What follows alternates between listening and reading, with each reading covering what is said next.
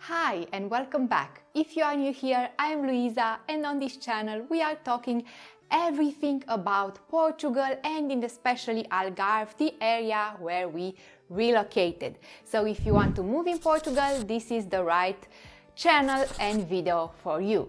Today we are talking about a NIF. We are talking about what is a NIF, where you can get a NIF, when should you get a NIF, what happens if you are from outside the EU, if you are an European, what happens, for example, with the fiscal representation, do you need that, what is that, and everything on the subject. But because this subject is a tough one and you see information all over internet, and sometimes you read something in one place and in another place another thing and you don't know which is what, I think you need a professional to tell you what you need to know, the basics. When you understand the basic, after that it's just a matter of your own situation, and this should be discussed directly with that professional of choice. So I invited in this video a professional, Kathleen from Bordr, to answer us a few of the most basic things you need to know about NIFs. So she talks about all that, but I want to make here some remarks of my own before letting you watch the interview. I am a provider of services myself, and as you know, if you are here on this channel for some time, I'm an accountant who provides accounting services, but not in Portugal, in my country, in Romania. So I know about providing services to other people and what goes into it. And I know when a person wants to acquire a service, that person doesn't buy only the service. Of course, he expects the service to be provided, but what he buys actually is the support behind the service. So this is very important when you choose a provider of services, because the support behind the actual product, it's more important than the product itself. For example, what if something goes wrong? I mean, everyone knows that there's a set of documents you need to put for the NIF, but what if in your particular situation you need another document? Or what if you don't translate from the Portuguese language in English language or write all the text? What if you got something wrong? I don't know, especially in those times we are living it, anything can go wrong.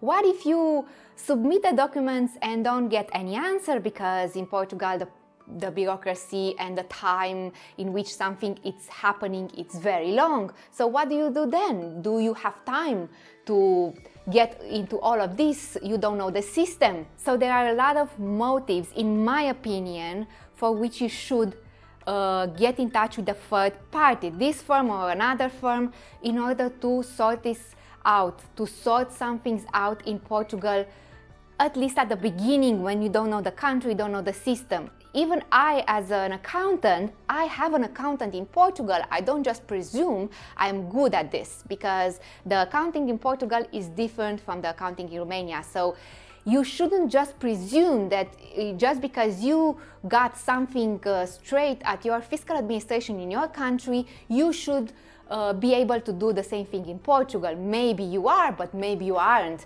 So if you want to save some time and in the same time have someone holding your hand through the process, you might want to think to engage a third party in this process.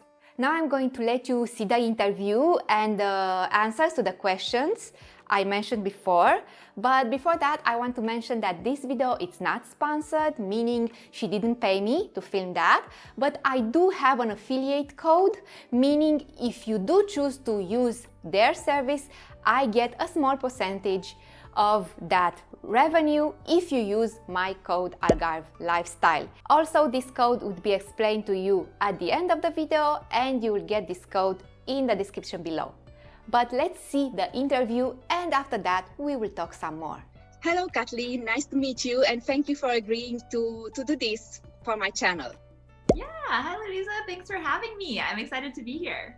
Thank you so much to be there and answer all these questions for my subscribers. So today we are going to talk about the NIF and what is a NIF and why do we need a NIF.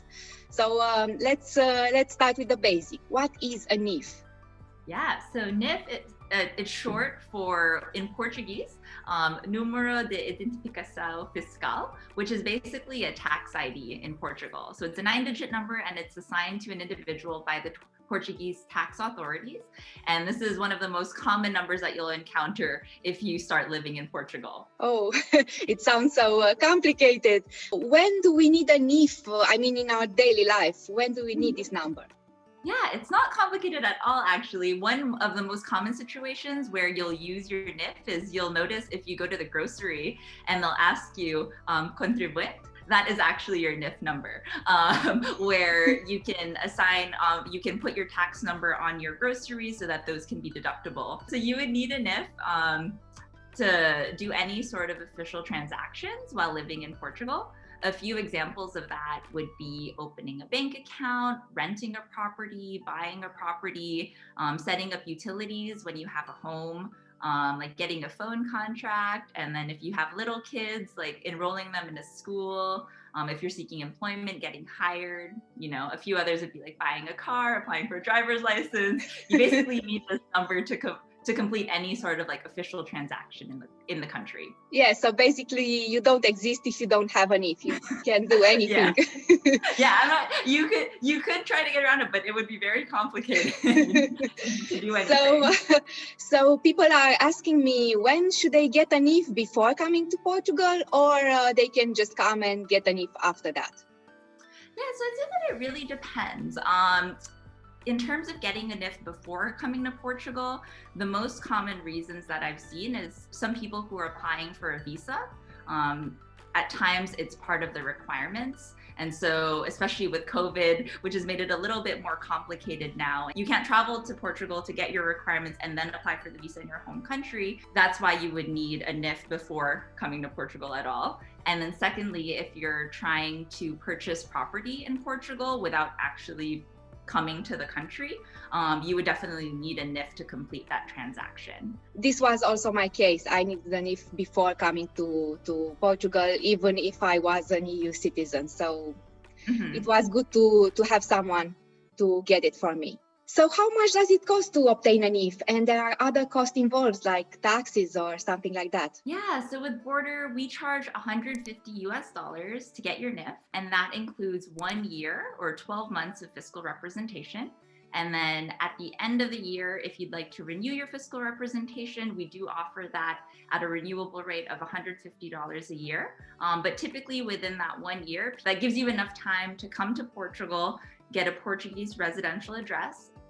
And at that point, you can cancel your fiscal representation and don't have to pay that ongoing fee. So I guess the short answer is $150. And we've actually partnered with Algarve Lifestyle. So we have a coupon code Algarve Lifestyle that gets you $10 off your order. So that's $140 to get your NIF. Yes. And you'll get this code in the description below. And also it will be on the screen. I want to ask you to expand a little bit on that fiscal representation thing. So when and who needs a fiscal representative here in Portugal? Yeah, so people who require a fiscal representative would be non-EU citizens. So kind of to break it down, in terms of getting a NIF, EU residents and citizens are able to get a NIF on their own, but non-EU citizens and residents need to get a fiscal representative. Now, what is a fiscal representative? A fiscal representative is basically the liaison between the Portuguese tax authorities and yourself. So yeah, as a non-EU resident, like for example, myself, as an American, when I got my NIF, I had to get a Portuguese fiscal representative. And the kind of like requirements of that fiscal representative is that person has to be either a Portuguese permanent resident or a Portuguese registered company. And they basically, you give them the authority, so you would sign a power of attorney that gives them permission to apply for a NIF on your behalf. So that fiscal representative is required at the time that you apply for your NIF. But then once you move to Portugal and you're officially a resident, then you no longer need that fiscal representative. And just to clarify, the responsibilities of that fiscal representative is basically to accept any notifications or messages from the Portuguese tax authority and communicate that to you. and that's pretty much it. So it doesn't involve like, paying for your taxes or, computing your taxes. It really is more of like a messenger between the tax office and yourself. Yes, thank you very much for clarifying that. And now it makes sense why you offer these services included with obtaining of the NIF, because it's related to that. Yeah. And just to add, so for EU citizens, if you'd like us to get your NIF while you're not present in Portugal, we would need to still appoint that fiscal representative, because basically it's like that fiscal representative is getting the NIF for you. Yes, very clear now. Thank you very much. So basically you kind of answered also the question why someone should use a third party and not just basically obtain the NIF for himself. So it's very useful to have someone here to obtain this NIF online. And this is for the EU part, and for non-EU residents, they have to have someone here, like a firm, like your firm. Correct. It was a very good business idea you have.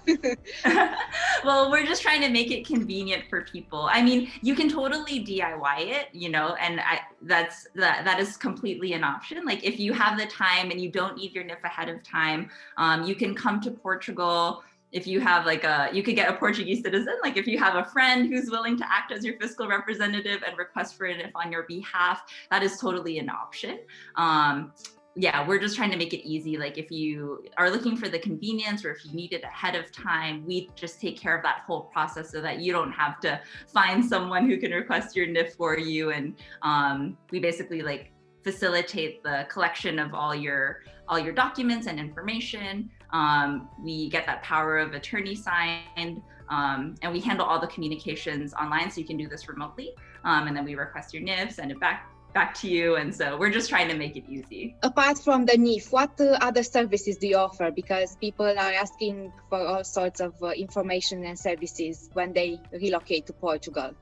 Yeah, so at the moment, we are currently working hard to launch our bank account service, helping people set up a bank account remotely while they're outside of Portugal. So we're partnering with Millennium, and we really hope to launch that very, very soon, because we've gotten so many requests for that service. And then on our website, we actually recently added a wish list where you can fill out kind of what sorts of services you're interested in that would help making the process of relocating to Portugal easier. So for us, yeah, we're doing it kind of we're a small team. It's just my husband and I. So we're working hard to get these things launched, and we'd love to hear from our customers to get an idea of how we should prioritize and what would be most helpful. Well, definitely a bank account should be a top priority, because even I, being an EU citizen, I couldn't obtain to open a bank account if I wasn't here in Portugal. And this was 1 year and a half. So pretty new information, and I had to be there to personally sign the documents. So being able to offer this service online, it should be a big thing. A really big thing, I think. Yeah, for sure. From my personal experience, I felt really lucky that when we had applied last year, bank account wasn't the requirement for the consulate that I applied to in the US, that my husband and I applied to in the US. We were able to submit our requirements and then get our NIF and our bank account when we were in Portugal. So that made it a little bit easier. But from what I've heard, starting kind of late last year, some of the consulates in the US are starting to require NIF and bank account. And of course, it depends on the consulate that you're applying to specifically. But I think that this has kind of prompted a lot of people to need that bank account. And then with COVID and all kind of making it complicated, it's just an extra thing that you need to figure out. Yes, we have this on top of everything. Yeah. If during this process, someone has questions or just wants to contact you to ask you a question, they can contact you during this process? Absolutely. So you can always reach us at team@bordr.io. That's team@bordr.io. That's our email address. And then our website also has a bunch of information about like what you need, the requirements for applying for your NIF, all the questions about like fiscal representation, costs, timing, and all that stuff. So our website is bordr.io. That's bordr.io. Yes, because being in the business services myself, I know that when you purchase a service, you also purchase that peace of mind behind the service. So you sometimes need someone to hold your hand, or just to have the knowledge that if something goes wrong, someone is there. So absolutely. So we respond to all emails. No email gets left unanswered. So yeah, definitely feel free to contact us. So thank you so much for putting this interview together with me, and for the code that you offer to my subscribers, and for all those informations, because they are important stuff to have everything you need to know about NIF in one place. Thanks again for having me. And if you have any other questions, or if your subscribers have any other questions, feel free to reach us over email. Okay, thank you so much. So what did you think about the interview? What did you think about this service? Do you think it's useful? Please leave it in the comments. Let's start a conversation.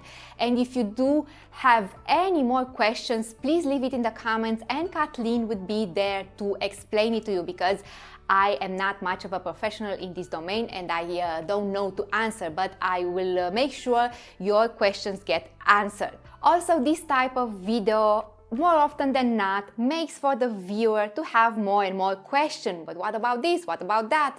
So if this is your case, please leave it in the comments and you will get the answer. Also, for your particular situation, please contact directly Kathleen and her husband at this address here, as she mentioned in the video. Just start a conversation with them, see if maybe this service is for you. If this service is not for you, I hope at least you found this video enjoyable and you got some useful information out of it. Also, please leave it in the comments if you found this video useful. As I mentioned before at the beginning of the video, we have a discount code. If you do need a NIF, and if you do want to work with a third party, and if you chose them, and if you use this code here, Algarve Lifestyle, you will get a discount of $10 out of the $150. So you will get to pay only $140. And from that money, I will get a small percentage. So there are a lot of ifs here involved in order for me to make some money. All that I hope from this video is that it was useful to you. With that said, thank you for being here, and I will see you in my next video. Bye!